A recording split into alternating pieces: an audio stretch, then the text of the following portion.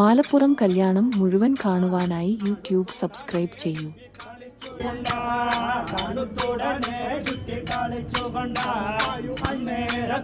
മൊഴി ചോദിച്ചൂളിന്റെ മൂടരുളിക ആർത്തിരിക്കാം ശിവ കന്യാവേ മുത്തരത്തെ മുത്ത ഭഗവതിക്കിരിക്കാം അതിൻ കൂടെ. പേര് സുരേഷ് രാമചന്ദ്രൻ. സുരേഷ് രാമചന്ദ്രൻ. ശ്രീകാര്യം. എത്ര നാളായി ഈ തോറ്റംപാട്ടെന്നുള്ള? 92 ആണ് പഠിച്ചത്. 92. എവിടെ നിന്നാണ് പഠിച്ചത്? എൻ്റെ ഗുരു അതെവിടായിരുന്നു? ശ്രീകാര്യത്തെ. ഇത് കംപ്ലീറ്റ് കാണാപ്പാടം പഠിക്കുകയല്ലേ? വായ്മൊഴിയായിട്ട് അത് ദേവി തരണം പഠിച്ച് ഒന്നാമതായിട്ടൊക്കെ പാടുമെങ്കിൽ ആശാനൊക്കെ പറഞ്ഞ് ദേവി അത് തരണം, അല്ലാതെ ഇങ്ങനെ വന്നുകൊണ്ടിരിക്കും. അങ്ങനെയാണ്. എല്ലാവർക്കും അങ്ങനെ തന്നെയാണ്? എല്ലാവർക്കും അങ്ങനെ. അത് എല്ലാവർക്കും പഠിച്ചെന്ന് പറഞ്ഞാൽ ആശാനായിട്ടൊക്കെ പാടാൻ പറ്റില്ല. അത് ദേവി അനുഗ്രഹിക്കും. ഓക്കെ. അപ്പം അതേ കേട്ട് പാടാനോ അല്ലെങ്കിൽ ഇരട്ടി മൊഴി പാടാനോ പറ്റും. അല്ലാതെ ഒന്നാമത്തെ ആ കഥ ഉള്ളിൽ പറഞ്ഞാൽ ആ ദേവി പ്രത്യേകിച്ച് അനുഗ്രഹിച്ചു. അങ്ങനെ ഉണ്ട്. ഓ ശരി. ഇതിനു മുമ്പ് എന്തായിരുന്നു ഈ 92 മുമ്പ് എന്തായിരുന്നു? ഞാൻ പഠിച്ചുകൊണ്ടിരുന്നപ്പോഴത്തേക്ക് പഠിച്ചത്. ഇത് നമ്മുടെ ഉപജീവന മാർഗ്ഗമല്ല, അതുകൊണ്ട് അനുഷ്ഠാനത്തിൽ ഉപജീവന മാർഗ്ഗമായിട്ട്. പിന്നെ ഉത്സവ സമയത്തല്ല, മീനമാസത്തിൽ. എന്തെങ്കിലും ജോലി ചെയ്യുന്നുണ്ടോ? ഞാൻ അക്കൗണ്ടൻ്റായിരുന്നു. എന്താണ് ക്വാളിഫിക്കേഷൻ? ബികോം. ശരി. കുടുംബമൊക്കെ? കുടുംബം, ഒരു ഭാര്യയുണ്ട്, മകനുണ്ട്. 3 പേരേ ഉള്ളൂ. എല്ലാ അമ്പലത്തിലും പോകുമോ അതോ ഇങ്ങനെ? പതിവായിട്ട് ഇപ്പോൾ ഒരുപാട് തിരക്കായിരുന്നു. പതിവായിട്ട് അമ്പലങ്ങളിൽ മാത്രമേ ഉള്ളൂ. 72ാമത് വാർഷിക മഹോത്സവത്തിൽ ഇത് കെട്ടുന്നതിന് എന്തെങ്കിലും അളവോ കാര്യങ്ങളോ കണക്കാണ്? അത് ഇത്ര പൊക്കെ പാടുള്ളൂ അങ്ങനെ ഉണ്ട്? കാരണം അതിനകത്ത് ഇരിക്കുന്നവരെ സാധാരണഗതിയിൽ അതൊരു പാട്ടമ്പലം എന്നാണ് പറയുന്നത്. സാധാരണ ഒരു പറയില്ല, പാട്ടമ്പലം എന്ന് പറയും. ആറുകാൽപ്പര അതൊരു കണക്കാണ്. ആ കണക്ക് പ്രകാരം. കാരണം ഞാൻ അതിനകത്ത് നോക്കുന്ന സമയത്ത് എല്ലാവരുടെയും മുഖം കംപ്ലീറ്റ് കാണുന്നില്ല, ഒരു കാൽഭാഗം മറിഞ്ഞിട്ട്. ദേവിയുടെ നേർക്കുന്ന രാജകീയമായിട്ട് പാടുക. അപ്പം അതിലുള്ള ഒരു നാഗപ്പത്തി പോലെ ഒരു സിംഹാസനത്തിൽ ഇരിക്കും പോലെ ഇരുന്ന് പാടണമെന്നാണ്. അപ്പം ദേവി ആ ഒരു പരിഗണനയാണ് വന്നിട്ടുള്ളത്. ഒരു എങ്ങനെയാണ് ഇപ്പം ദേവിക്ക് നേർക്ക്, അതുകൊണ്ടാണ് രാജാവ് ഇരിക്കും പോലെ തലയിൽ കെട്ടി, കിരീടം പോലെ തലയിൽ കെട്ടി രാജകീയ പ്രൗഢിയിലിരുന്ന് എൻ്റെ കഥ പാടണമെന്നാണ്. ഒരു സിംഹാസനം എന്നുള്ള അർത്ഥത്തിലാണ്. ഇത് ഈ തോറ്റംപാട്ട് സാധാരണഗതിയിൽ മലബാർ സൈഡുകളിലാണ് തെയ്യത്തിന് വേറെ നന്ദുണി പാട്ടാണ്. നമ്മുടെ തോറ്റംപാട്ടിൻ്റെ യഥാർത്ഥത്തിൽ ഭദ്രകാളി ചേരുന്നത് തെക്കൻ ഇതേയുള്ളൂ. കൊടുങ്ങല്ലൂരാണ് ഭദ്രകാളിയുടെ മൂലസ്ഥാനം എന്ന് പറയുന്നത്, ആദി അടിസ്ഥാനം. അവിടെ നിന്ന് പാടി വിളിച്ച് ആവാഹിച്ച് നാന്തകത്തിലേക്ക് ആവാഹിച്ച് കാപ്പ് കെട്ടിയിട്ട് അമ്മയെ അതിൽ ആവാഹിച്ച് കുടിയിരുത്തിന് ശേഷം ദേവിയുടെ ചരിത്രം പറയുന്നതാണ് തോറ്റംപാട്ട്. അതാദ്യം ദാരിക നിഗ്രഹത്തിന് ഇവിടെ അങ്ങനെ കുടിയിരുത്തിയിട്ടുണ്ട്. ഇവിടെ അങ്ങനെ കുടിയിരുത്തേ പാടാവും. അതെവിടെ കുടിയിരുത്തി? അകത്ത് വാളിൽ കുടിയിരുത്തും. ആ വാളാണ് എഴുന്നള്ളിക്കുന്നത്. നാന്തകം എന്ന് പറയും, വളഞ്ഞ വാൾ. അതിൽ കാപ്പ് കെട്ടി അതിനാണ് കുടിയിരുത്തുന്നത്. അതാണ് കൊണ്ടുവരുന്നത്. അതാണ് എഴുന്നള്ളിപ്പ്, അതിനാണ് പൂജ. അപ്പം ഈ 7 ദിവസം നമ്മൾ പാട്ട് തുടങ്ങിയ കൊടുങ്ങല്ലൂർ ഭദ്രയെ സങ്കല്പിച്ചാണ് പൂജാതി കാര്യങ്ങളും എല്ലാം ചെയ്യുന്നത്. ആ ചിട്ടപ്രകാരം. അത് എഴുന്നള്ളിപ്പ് സാറിന് എത്ര മണിക്ക്? രാത്രി പൂജ കഴിഞ്ഞാൽ എഴുന്നള്ളിപ്പ് 7 വലത് രാത്രി. ഇത് ഇന്ന് പാട്ട് കഴിഞ്ഞിട്ട് പൂജ കഴിഞ്ഞ് എഴുന്നള്ളിപ്പ് വിളക്കും. ഇത് ഈ തോറ്റംപാട്ടിന്റെ ഐതിഹ്യം എന്താണ്? ശരി, തോറ്റംപാട്ടിന്റെ ഐതിഹ്യം എന്ന് പറഞ്ഞാൽ കൊടുങ്ങല്ലൂരാണല്ലോ ഭഗവതിയുടെ പ്രധാനം. അപ്പോൾ കൊടുങ്ങല്ലൂരിൽ നിന്ന് ദേവി ചെട്ടിക്കുളങ്ങര വരികയും ചെട്ടിക്കുളങ്ങര വന്നിട്ട് 3 പേർക്ക് ഒരാളിന് ദേവി എന്നെ സ്വയം പറഞ്ഞു കൊടുക്കുന്നതെന്ന് പറയുന്നത്. എൻ്റെ കഥ എന്നിട്ട് 2 പേരെയും കൂടി പഠിപ്പിച്ച് എൻ്റെ ചരിത്രം എന്നെ കേൾപ്പിക്കണം. തോറ്റു ആ വാക്കിൻ്റെ അർത്ഥം തന്നെ ശുദ്ധീകരണം. ഓരോ തോറ്റം കഴിയുന്നതാണ് ഗ്രാമത്തിൻ്റെ അഭിവൃദ്ധി. ദേവതയുടെ ചൈതന്യമായി ഗ്രാമത്തിൻ്റെ അഭിവൃദ്ധി ഉണ്ടാകും. പണ്ട് ഈ കാർഷിക വിളകൾക്കൊക്കെ ദോഷം വരാതിരിക്കാൻ വേണ്ടിയിട്ട് അതിന് വേണ്ടിയിട്ട് തോറ്റം, അതിൻ്റെ അഭിവൃദ്ധിക്ക് വേണ്ടിയിട്ട് ദേവി തന്നെ പ്രകൃതിയാണല്ലോ. അപ്പോൾ ദേവിയെ തന്നെ ആരാധിച്ച് കുടിയിരുത്തി, കാപ്പ് കെട്ടി കുടിയിരുത്തി അമ്മയുടെ ചരിത്രം വർണ്ണിച്ചിട്ട് അതിനുശേഷം ഗുരുതിയും കഴിഞ്ഞിട്ട് പൊളിച്ചങ്ങ് കളയും. പിന്നെ വീണ്ടും അടുത്ത വർഷം ഇതുപോലെ പച്ചപ്പന്തൽ പുര കെട്ടി ദേവി ആരാധിച്ചുള്ളൂ. അതൊക്കെയാണ്. പക്ഷേ ഇവിടെ പണ്ട് ഇതായിരുന്നു, പച്ചപ്പന്തൽ കെട്ടി വയലായിരുന്നു. വയലിൽ പച്ചപ്പന്തൽ കെട്ടി ദേവിയെ പാടി വിളിച്ച് ആവാഹിച്ച് കുടിയിരുത്തി കഴിഞ്ഞാൽ പിന്നെ ഒന്നുമില്ല. കാർഷിക അഭിവൃദ്ധിക്ക് വേണ്ടി ചെയ്തു. അതൊക്കെ ഇപ്പം ക്ഷേത്രങ്ങളായിട്ട് അങ്ങനെയാണ് തോറ്റമ്പാട്ടിൻ്റെ. അതിനുശേഷം കഥയെന്ന് പറഞ്ഞാൽ ദാരിക നിഗ്രഹത്തിനായിട്ട് മഹാദേവന്റെ തൃക്കണ്ണിൽ നിന്ന് ദേവി ജനിക്കും. ആ ദേവി ദാരികനെ നിഗ്രഹിച്ച് കൈലാസത്തെത്തുകയും കൈലാസത്തുനിന്ന ഭഗവതിയെ മഹാദേവൻ സ്വീകരിച്ചിട്ട് ഒരു കുഞ്ഞായിട്ട് മനുഷ്യശ്രീയായിട്ട് വളർത്താൻ. ഈ മനുഷ്യശ്രീ ഭൂമിയിൽ ഒരാൾക്ക് സന്തതികളില്ലാത്ത ഒരാൾക്ക് വളർത്താൻ കഴിയും. അങ്ങനെ ആ ആള് വളർത്തി ഇന്ന് ദേവിയുടെ കല്യാണം വടക്കും കൊല്ലുമാഴി മനയത്ത് മാലപ്പുറം വിവാഹം ചെയ്തു. ഈ ഭഗവതിയാണ് അവസാനം കൊടുങ്ങല്ലൂർ ഭഗവതിയായിട്ട് മാലപ്പുറം സാധാരണ ഇന്നിപ്പോ 7:30 തുടങ്ങും. ഇപ്പം പാട്ട് തുടങ്ങും. മാല വെക്കുന്ന സമയം ഏകദേശം 9 മണിയൊക്കെ 7:30 തൊട്ട് 9 മണി. പുഷ്പാഭിഷേകം കഴിഞ്ഞിട്ട് 9:30 മണിയൊക്കെ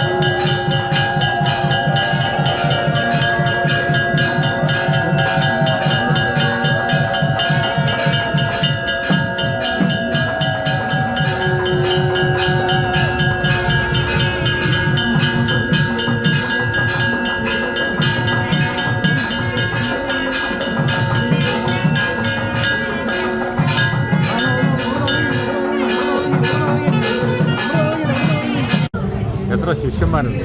ശിഷ്യന്മാർ 10-60-70 വരുന്നു. ഇവരെല്ലാം സ്വന്തമായിട്ട് പാടാനുള്ള കപ്പാസിറ്റിയിൽ അത് സ്വന്തമായിട്ട് പാടാനായിട്ട് കപ്പാസിറ്റി കുറച്ച് പേർക്കുള്ളൂ. അത് ദേവി കൊടുക്കണം. കുറേ നാൾ ഇതായിട്ട് മാറി ആയിൽ ദേവി കൊടുത്താലേ അത് ആശ എത്ര പറഞ്ഞാലും ദേവി അതിനുള്ള ഒരു ഇത് കൊടുക്കും. ഇത് പഠിക്കാനാണെന്നുണ്ടെങ്കിൽ എത്ര നാളെടുക്കും സാധാരണഗതിയിൽ? പൊതുവെ അത് പഠനവും അരങ്ങുണ്ടാവും നമുക്ക്. അത് 2-3 മാസം താളം കിട്ടിയാൽ മതി.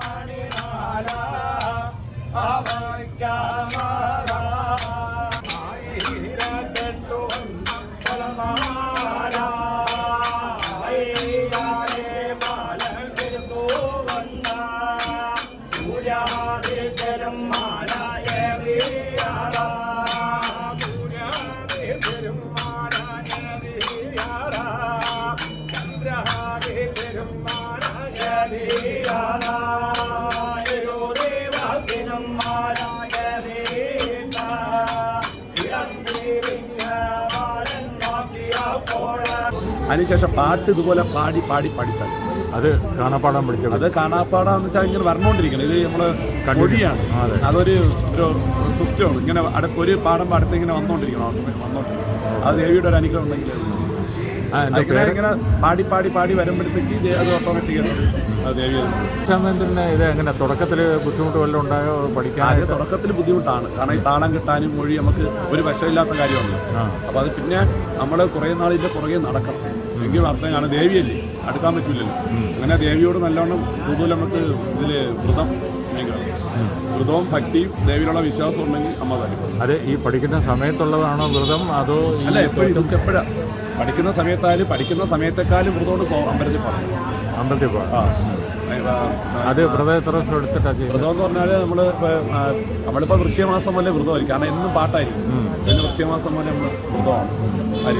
അപ്പോൾ ഈ വൃശ്ചികമാസം 1-ാം തീയതി തൊട്ട് പിന്നെ എല്ലായിടത്തും അങ്ങനെ പാട്ട് കഴിഞ്ഞ ശേഷം വ്രതം. ഞാനിവിടെ വെജിറ്റേറിയനാണ്. സാധനത്തിൽ ഈ തോറ്റമ്പാട്ട് ശരിക്കുള്ളതെന്ന് വെച്ചാൽ ഒരു 90 ദിവസം മറ്റല്ലേ? 90 ദിവസം 90 ദിവസം കൊണ്ടും പാടി തീർക്കാൻ പറ്റില്ല. ദേവിയുടെ കഥ പൂർത്തിയാക്കാൻ ദേവി സമ്മതിക്കില്ലെന്നാണ്. എവിടെയെങ്കിലും കുറച്ചെങ്കിലും അപൂർണം ദേവിയുടെ കഥ. അങ്ങനെ നമ്മളിപ്പം 90 ദിവസം എടുത്താലും എവിടെയെങ്കിലും കുറച്ച് നമ്മൾ. കാരണം ഇത് മലപ്പുറം സൈഡിലൊക്കെ ഒരു 90 ദിവസം നന്ദൂടി പാട്ടായിട്ട് പാടും. തെയ്യത്തിന് മുമ്പായിട്ട് പാടുന്നതായിട്ട് കയറി. അത് ഓരോ തോറ്റങ്ങളാണ്. ഇത് ഭദ്രകാളിയുടെ പാട്ടാണ്.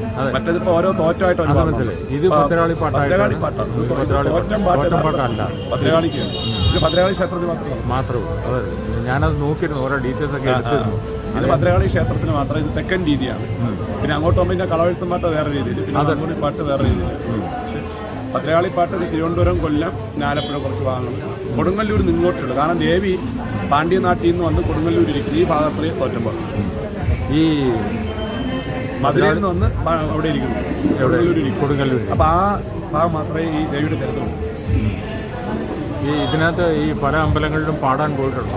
ഒരുപാട്. നമുക്ക് 10-60 ഏതെങ്കിലും അമ്പലത്തിൽ പ്രത്യേക അനുഭവങ്ങൾ ഒരുപാട് എന്തെങ്കിലും നമുക്ക് കുടിയിരുത്തുമ്പോഴത്തേക്ക് അറിയാൻ പറ്റും തന്നിരിക്കുന്നത്. അതിൽ ഒരുപാട് അനുഭവങ്ങൾ അനുഭവങ്ങൾ പറയാനേ ഉള്ളൂ. ഒരുപാട് അനുഭവങ്ങൾ പ്രത്യക്ഷമായിട്ട് ദേവിയെ ആളായിട്ട് നമ്മുടെ അടുത്ത് വന്നിരിക്കുന്ന നമുക്ക് ചിലപ്പോൾ എവിടെയെങ്കിലും ആരെങ്കിലും ആയിരിക്കും, നമുക്കറിയില്ല. അങ്ങനെ ഒരു അനുഭവം എൻ്റെ കുട്ടികൾക്ക് ചെറുതിലുണ്ടായിട്ടുണ്ട്. അടുത്ത് വന്ന് പാട്ട് കേട്ടുണ്ട്. ഞാൻ വിചാരിച്ചു ഏതോ സ്ത്രീയാണെന്ന് വിചാരിച്ചു. കുറേ ഒന്നും കാണാനില്ല. പിന്നെ നമുക്കത് മനസ്സിലാകും. ഒരുപാട് ശരി. അതെവിടെ വെച്ചായിരുന്നു? അത് ഇവിടെ നമ്മുടെ ഇവിടെ കുന്നുവിള. അവിടെ പറഞ്ഞത് ആശാനോടെ പാടിക്കൊണ്ടിരുന്നത്. അത് എത്ര വർഷം മുമ്പായിരുന്നു? അത് ഞാൻ ആശാനോടെ എൻ്റെ അവിടുത്തെ ആശാനോടെ പാടിക്കൊണ്ടിരുന്നത് 2004. അതേ അനുഭവം പുള്ളിക്ക് ഫീൽ ചെയ്തോ? അല്ല, ആശാനും ഫീൽ ചെയ്തായിരുന്നു. പിന്നെ കാണാനില്ല. പാട്ട് കേൾക്കുന്ന അടുത്തിരുന്നു. ഒരു വയസ്സായ സ്ത്രീ വന്നിരുന്നു. നമുക്ക് വെച്ച് വേറെ ആരെങ്കിലും കുറേ നേരം കഴിഞ്ഞപ്പോഴത്തേക്ക് പിന്നെ പെട്ടെന്ന് കാണാനില്ല. നോക്കിയിട്ട് അവിടെ പ്രസാദം മേടിച്ചിട്ട് പെട്ടെന്ന് പോകാനും പറ്റില്ല. സ്ത്രീ മണ്ണമൊക്കെ ഉണ്ട്. അങ്ങനെ പെട്ടെന്ന് കാണാനില്ല. അങ്ങനെ അപ്പോൾ ആശാന് മനസ്സിലാക്കി. പിന്നെ വേറെ അതുകൂടാതെ തന്നെ വിശാലമായിട്ട് ഇങ്ങനെയൊക്കെ നമുക്ക് അടയാളം തരും. എല്ലാ ക്ഷേത്രത്തിലും അടയാളം തരും. ഇവിടെ എന്തെങ്കിലും അനുഭവം വന്നു? ഇവിടെ ഒരുപാട് അനുഭവങ്ങൾ ഉണ്ടായിട്ടുണ്ട്. പിന്നെ കുറേ കാര്യങ്ങൾ പുറത്തു പോയി. അങ്ങനെ ഒരു രഹസ്യമുണ്ട്. ദേവിയുടെ പാട്ടീന് പറയുന്നുണ്ട്, അങ്ങാടി പാട്ടായിട്ട് പാടരുത്, ഇടവഴി നീളെ മൂടരുത്, പിള്ളേരെ ചെവിയിൽ കൊടുക്കരുത്, കിടക്കപ്പായിൽ സ്തുതിക്കരുത്, വിളക്കില്ലാസം, അങ്ങനെ നിയമങ്ങൾ പാട്ടിൽ ദേവി പറയുന്നു. അതുകൊണ്ട് ഇത് കൂടുതൽ രഹസ്യമാക്കും. ഇവിടെ ഇപ്പോൾ എത്ര പേരുണ്ട് പാടാനായിട്ട്? ഞങ്ങൾ 3 പേരാണ്. പിന്നെ ശിഷ്യന്മാരെല്ലാവരും വരും. നിങ്ങൾ മെയിനായിട്ട് 3 പേരാണ് പാടും? അല്ല, മാറി ഇരിക്കും. ഇപ്പം ഇവിടെ ഇരിക്കുന്ന ശിഷ്യന്മാരൊക്കെ വേറെ ഇടുന്നു. മാറി ശിഷ്യന്മാരെ കൊടുക്കും.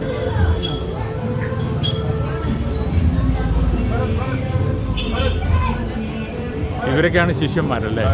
ഇദ്ദേഹത്തിൻ്റെ പേരെന്താ? വിപിൻ. എന്ത് ചെയ്യുന്നു? പുറത്തോടെ? യു കെയില്. ഇവിടെ ഇതിനകത്ത് എങ്ങനെ വന്നു? ഞാൻ പാട്ട് പഠിച്ചിട്ട് 11 വർഷമായി. അപ്പോൾ ചെറുപ്പത്തിൽ എൻ്റെ അമ്പലത്തിൽ പാട്ടുണ്ട്. അപ്പോൾ ആശ അവിടെ പാടാവുന്നുണ്ടെന്നാണ്. അപ്പോൾ ഇപ്പോൾ യു കെന്ന് പെർമനൻ്റായിട്ട് വന്നോ അതോ പാടാനായിട്ട് വന്നാണോ? അല്ല, പാടാനായിട്ട് ലീവിന് വന്നതാണ്. ഓ, അത് ശരി. എവിടെ താമസിക്കുന്നു? ഞാൻ ചെമ്പഴന്തി.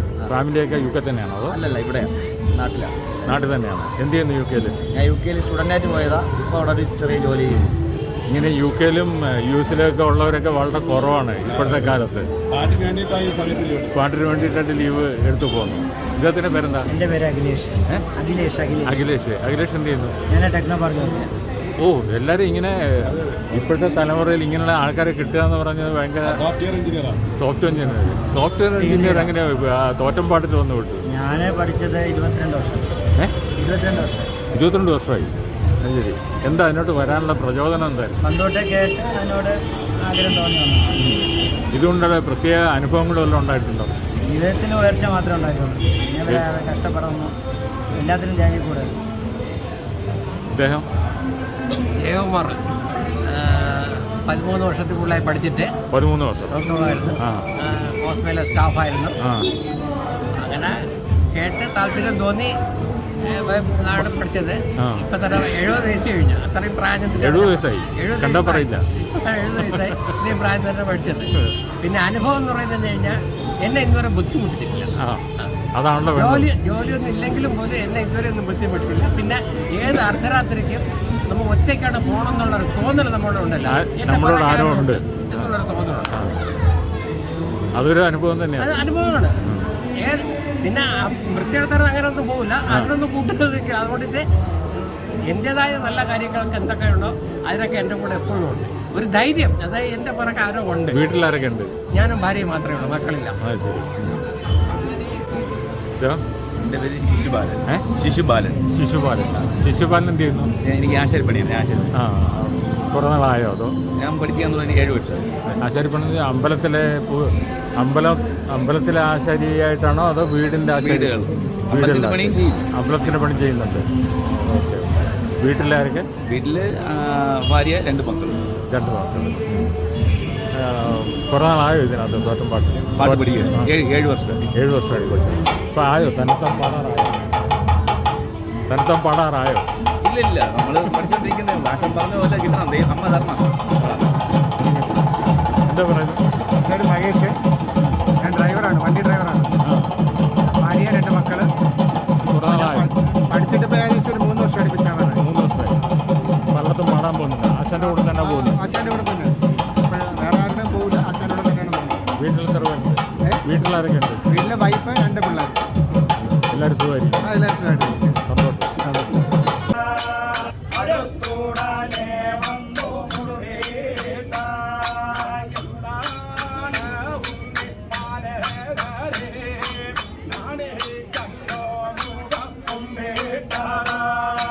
മറ്റൊന്നല്ല എൻ്റെ വായുദേവോ നമ്മോടൊരു മോടി ചൊല്ലാമില്ല